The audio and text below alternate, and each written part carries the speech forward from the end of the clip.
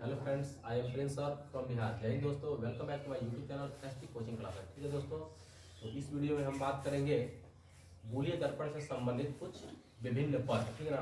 हम इसके पहले वीडियो में जान चुके हैं कि गोलीय दर्पण क्या होता है, गोलीय दर्पण के प्रकार क्या होते हैं, और मैं एक दो वीडियो बनाया हूँ उसमें हम जान चुके हैं उत्तल दर्पण क्या होता है और अवतल दर्पण क्या होता है। इन सब के बारे में हम जान चुके थे। इस वीडियो में हम जानेंगे गोलीय दर्पण से संबंधित, ठीक है ना, कुछ विभिन्न पद, यानी गोलीय दर्पण से संबंधित विभिन्न पद के बारे में हम जानेंगे। ध्यान दीजिएगा, क्या चल रहा है, फिजिक्स चल रहा है,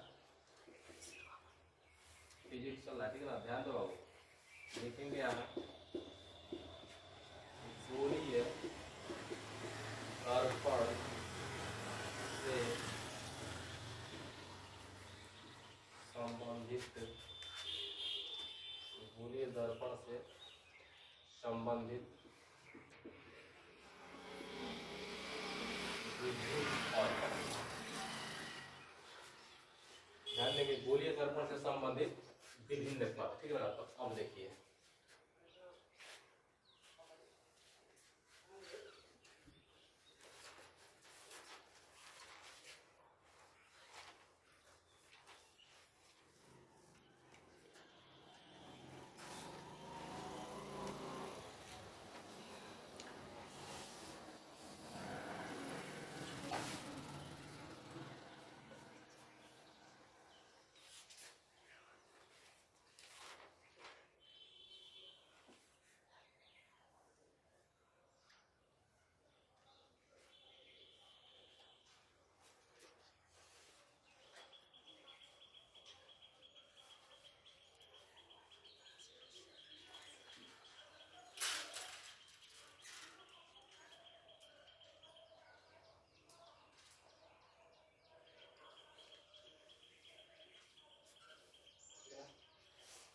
अब देखिए यहाँ पे, ध्यान दीजिए।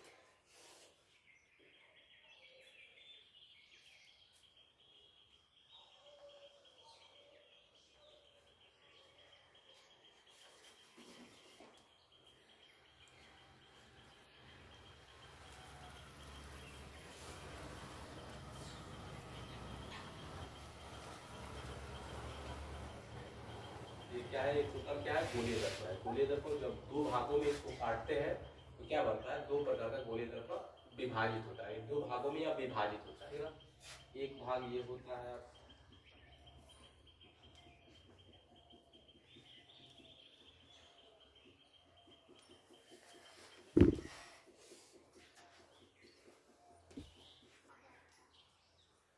एक भाग ये होता है,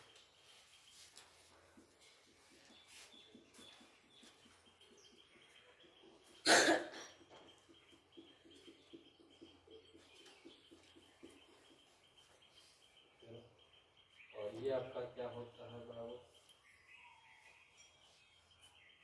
ये आपका होता है सी, ये आपका क्या होता है, सी होता है, ये इधर आपका क्या होता है, पी होता है, ठीक है ना। अब देखिए,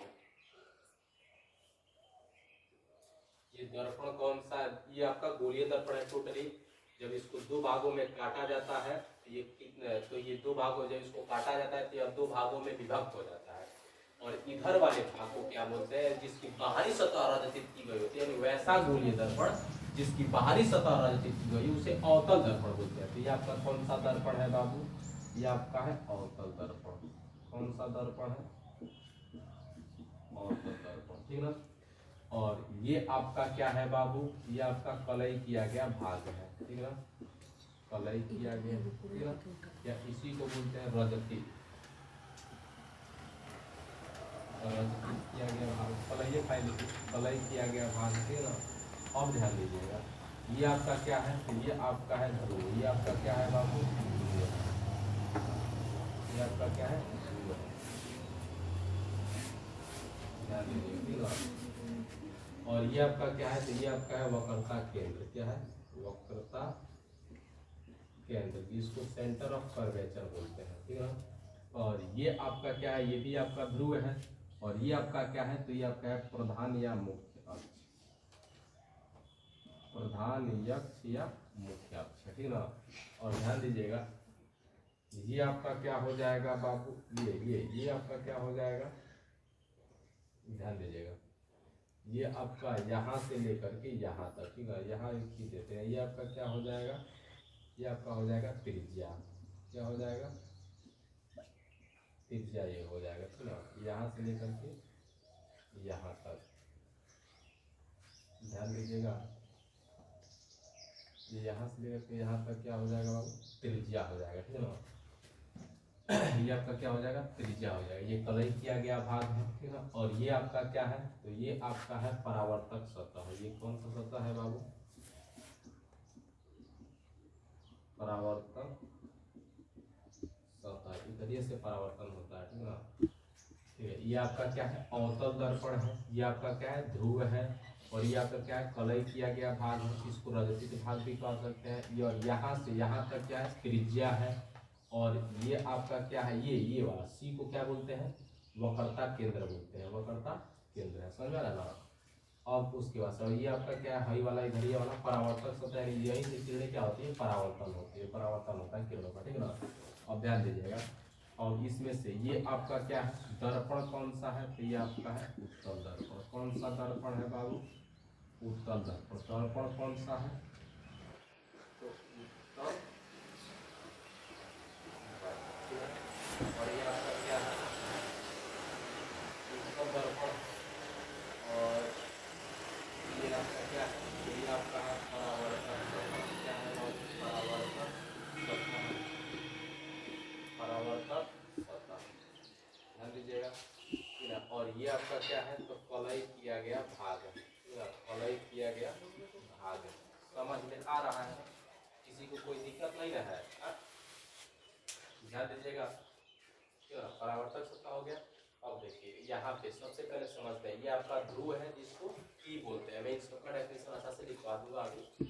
और ये आपका ध्रुव क्या है, वक्रता केंद्र है, और यहाँ से यहाँ तक क्या है, त्रिज्या है, ठीक है। और ये आपका परावर्तक सतह है, और ये आपका क्या है, अवतल दर्पण, ठीक है। अब इधर भी ये आपका क्या हो जाएगा, ये आपका क्या हो जाएगा, ध्रुव हो जाएगा, ठीक है। और उत्तल दर्पण हो जाएगा, ये प्रधान या मुख्य अक्ष है, और ये परावर्तक सतह है, और ये कलई किया गया भाग है, समझ में आ रहा है, ये आपका है, ठीक है। तो ये आपका है। अब ध्यान दीजिएगा, ये अवतल दर्पण क्या होता है, मैं इसका वीडियो बना चुका हूँ, ठीक है ना। उत्तल दर्पण क्या होता है, इसका मैं वीडियो बना चुका हूँ, ध्यान दीजिएगा। अवतल दर्पण का मतलब होता है वैसा दर्पण जिसकी बाहरी सतह रजतित, कहेंगे कि वैसा गोलीय दर्पण जिसकी बाहरी सतह रजतित या कलई की गई हो, तो उसे क्या बोलेंगे, अवतल दर्पण बोलेंगे, ठीक है ना। रजतित भी मन को लिख लीजिए, ठीक है। उसके बाद से उत्तल दर्पण क्या होता है, तो वैसा गोलीय दर्पण जिसकी आंतरिक सतह रजतित या कलई की गई हो, तो उसे क्या बोलते हैं, उत्तल दर्पण बोलते हैं, समझ में आ रहा ना। अब ये जो होता है बीच में सी, इसको वक्रता केंद्र कहते हैं, ठीक है ना। उसके बाद से ये जो होता है कि इसको ध्रुव बोलते हैं, इसको इंग्लिश में क्या बोलते हैं, पोल बोलते हैं। और ये आपका क्या है, ये वाला हरी वाला परावर्तक सतह है, ठीक है ना, हरी कलई किया गया भाग है, ठीक है ना। और ये आपका उत्तल दर्पण है, उत्तल दर्पण में ये आपका ध्रुव है, ठीक, और ये कलई किया गया भाग है, और ये वाला परावर्तक सतह है, हरी वाला का प्रधान या मुख्य अक्ष बोलते हैं। समझ में आ रहा है, किसी को कोई दिक्कत नहीं है, तो बस इतना ही। आगे इसमें और भी आता है, ठीक है ना, फोकस दूरी आता है, फोकस आता है, ठीक है ना। तो इन सब का भी और उन सब का भी मैं एकदम अच्छा से, एकदम बेसिक से मैं वीडियो बना दूंगा, उन सब का भी एकदम यहाँ पे एकदम अच्छा से मैं उन सब का भी मैं वीडियो बना दूंगा कि ध्रुव क्या होता है, वक्रता केंद्र क्या होता है, इससे भी समझ लीजिए, ठीक है ना। उसके बाद से मैं अलग से इन सब का डेफिनेशन लिखवा दूंगा, ध्रुव का, वक्रता केंद्र का, वक्रता त्रिज्या का, फोकस दूरी का, इन सब का, ठीक है ना।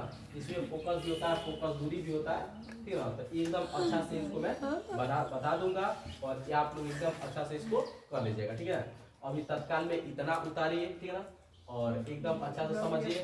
और यदि यह वीडियो आपको पसंद आया हो तो इसे लाइक करें, शेयर करें, तथा जो मेरा नया चैनल है एसपी कोचिंग क्लासेस, इसको सब्सक्राइब जरूर करें, और कमेंट सेक्शन में जरूर बताएं यह वीडियो आपको कैसा लगा, ठीक है ना। और यहाँ पर physics, chemistry, math, biology, English एकदम अच्छा से, एकदम बेहतरीन तरीके से, एकदम बेसिक से सिखाई जाती है। ठीक है ना। कोई भी डाउट हो तो कमेंट सेक्शन में जरूर बताएं, आपकी डाउट को जरूर सुना जाएगा। ठीक है ना।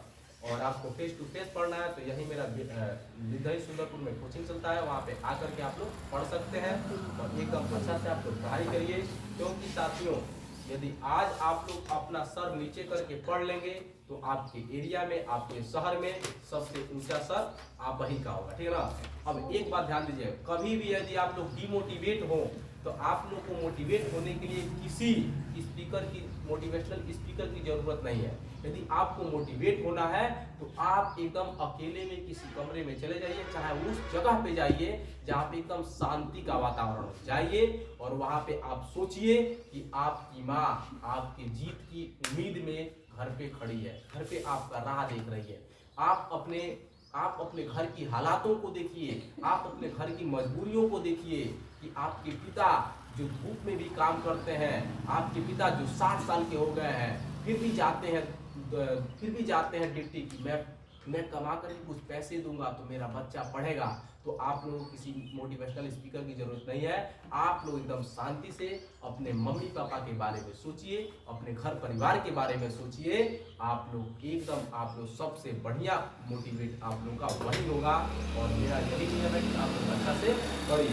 और मेरी जो संस्था है, इस संस्था का यह नियम है कि आप हमें बच्चे दें, आप हमसे जुड़े, हम आपके बच्चों को बेहतर भविष्य देंगे। आप हमसे जुड़े, हम आपके बच्चों के उज्जवल भविष्य के लिए कुटिबद्ध है।